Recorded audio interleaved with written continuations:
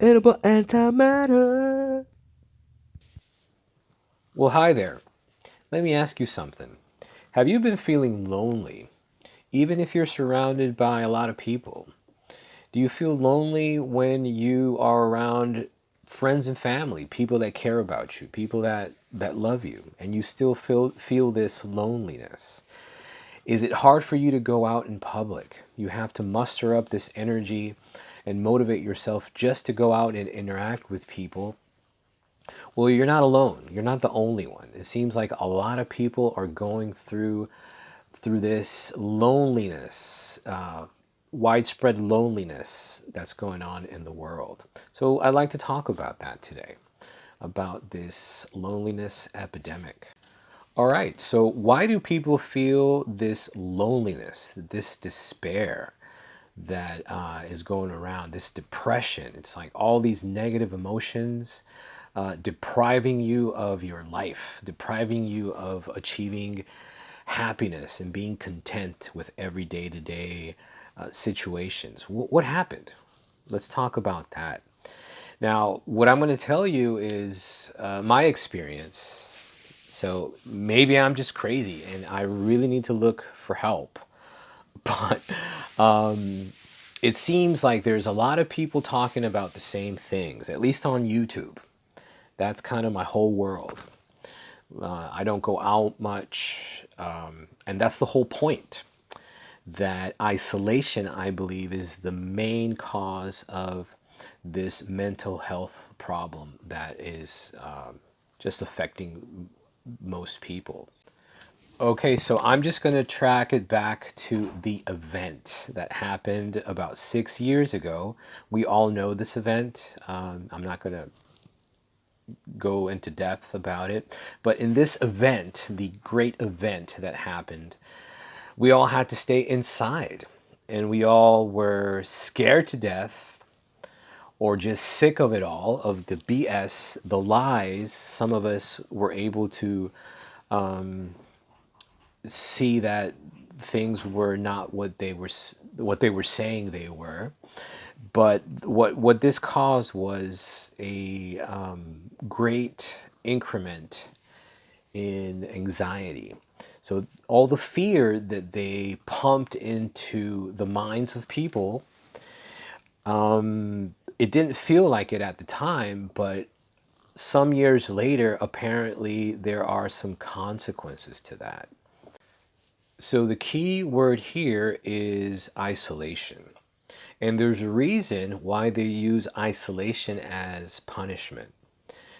And it's considered extreme punishment. Why? Because it can destroy your mind. It destroys your reality and your the way that you look at the world. It just changes you completely. And I think that's what has happened to some of us. I'm just going to talk about my experience. So back in the event, I was forced to, like many people, I was forced to work from home. And I am a teacher and I started giving classes online. And that was fine. I was fine with just doing things online. But my sanity, it felt like it started to slip. To slip. I just started getting weirder and weirder in the sense that I was started to be affected by what I would think were miscellaneous things, things that didn't matter, just started having just this enormous importance and affected me in a much heavier way. For example, the dog did something, peed on the rug, and that would just upset me for such a long time when I could just brush it off. So, one of the things that happened to me, at least, was that while being isolated, being alone for so much time, just every little event started having a greater magnitude, just started mattering so much more because there was nothing else. There was nothing else. I started getting obsessive about things. For example, things had to be in their place. I couldn't stand things being out outside of the regular place. It would just freak me out. So it was this lack of, or I had the need to control things. I couldn't just be relaxed or be chill. I was just I was lacking control. The situation makes me think of that movie Clockwork Orange. I'll just give you a spoiler here. At one point in the movie, they take the main character and they sit him down and they force him, they open his eyes like this and force him to watch videos. And he's on drugs or some kind of medication, maybe even LSD, who knows. But they change his behavior. They change his behavior. And my point is that at least I went through something parallel. It wasn't that crazy, but I feel that first of all, I was alone most of the time. And what did I do? I just spent my time online on YouTube, doom scrolling. That's another thing. Probably a topic for another day. But doom scrolling, so looking through all these videos that had nothing positive to say, it was just all the end of the world, another sickness, just like everything's bad, you're gonna die. So having no interaction with anybody else and just watching these things, there were days that I was just fried, mentally fried. Just my mind felt shattered, and I didn't know what to do.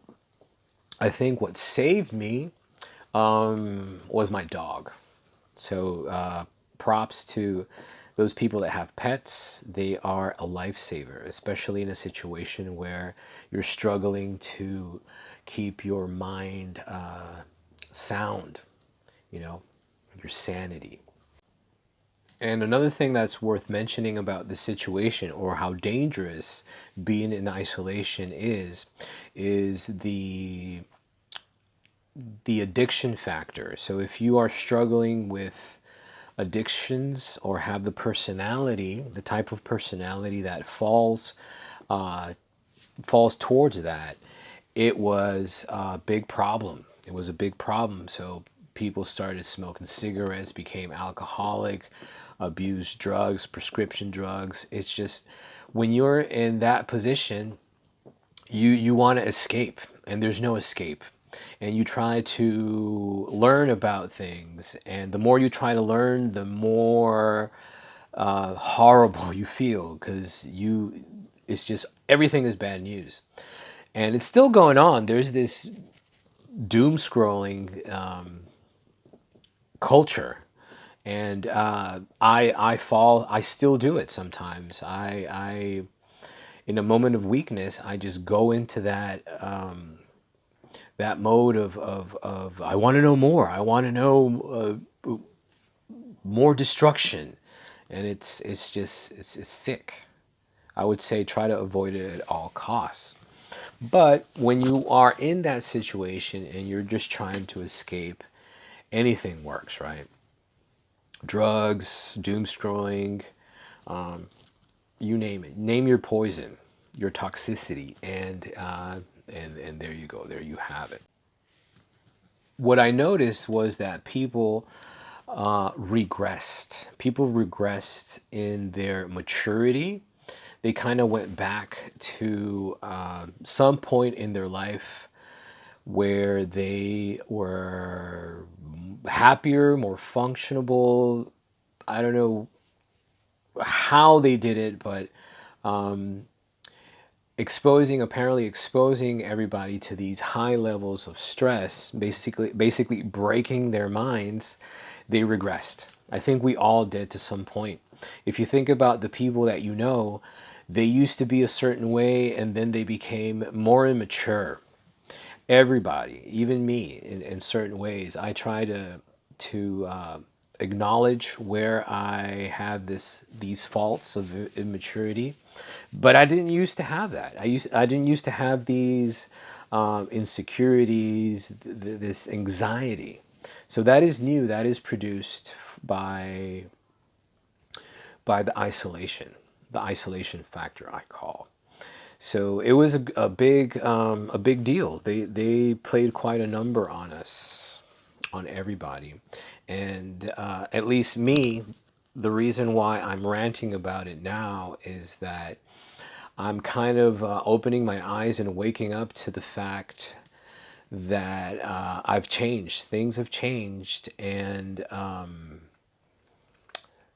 normal, basic things are a little hard to deal with now, and it doesn't make sense.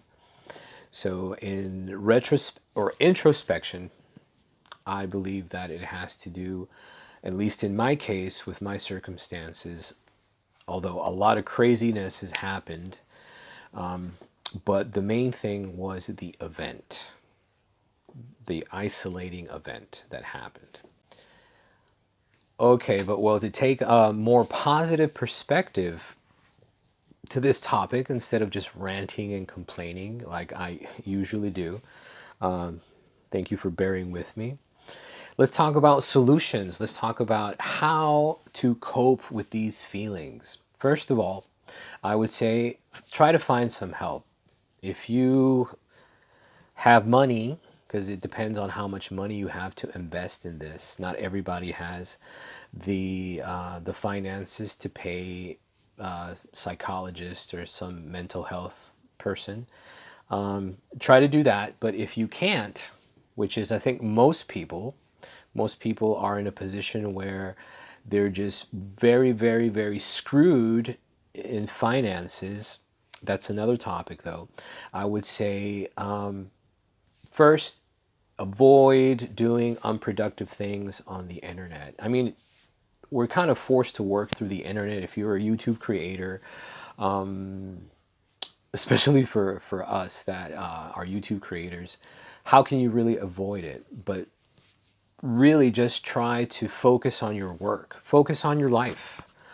Because one of the problems is that we are way overstimulated with other people's problems. Who gives a damn? It doesn't matter. Leave them alone.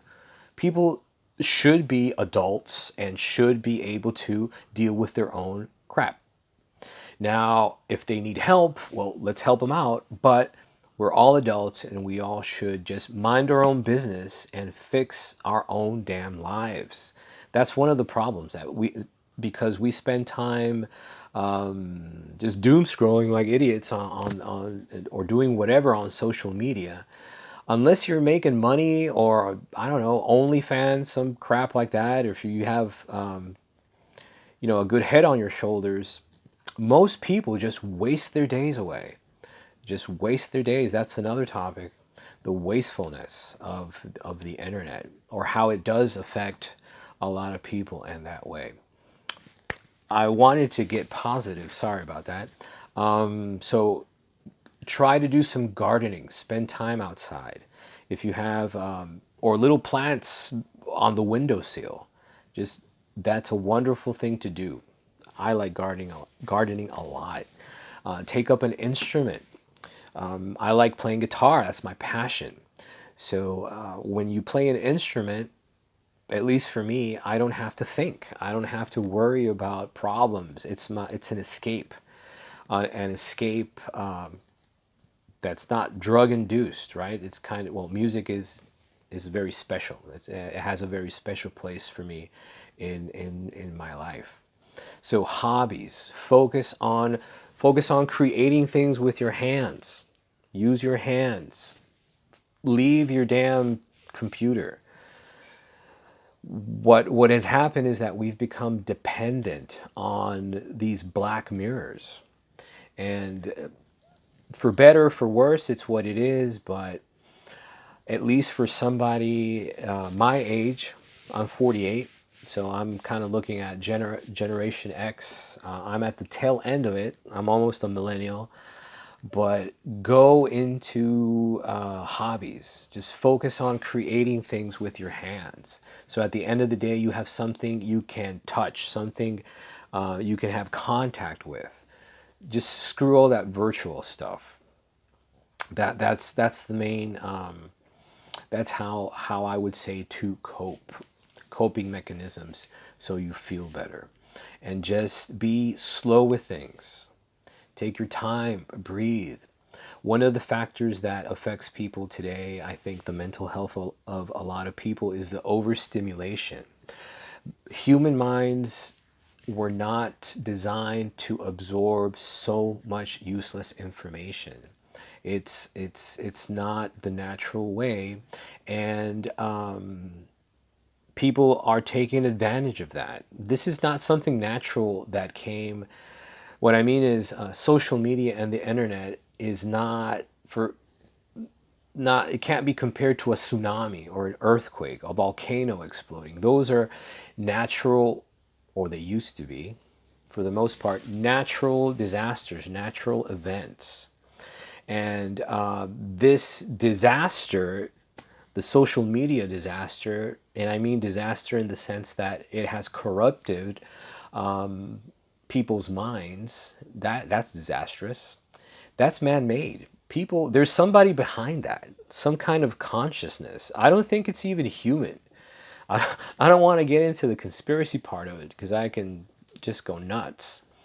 But it's not natural.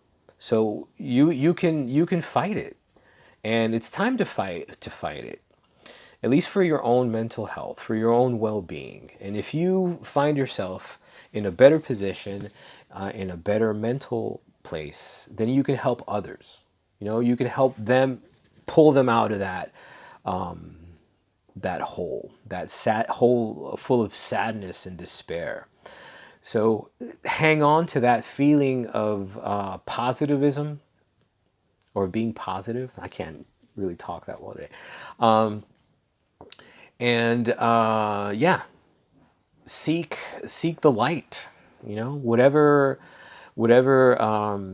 religion you are, seek God. Seek the light. Seek something positive, constructive. If you're not careful and make an effort to be positive and to search for positive things, you will just be inundated by negativity. Just the media is what controls us. You know, we're just being fed all this information, and it's just not all of it is positive, not even half. So what this has caused is a great amount of anxiety in people. So I just wanted to talk about that, to rant about this, the sadness that people feel. And I know I'm not the only one. And I would love to hear your comments. Well, thank you for bearing with me and listening to my rant. I just want people to have that support. Sometimes you feel that nobody has your back. I don't know how this channel is going to help you out, but maybe it will.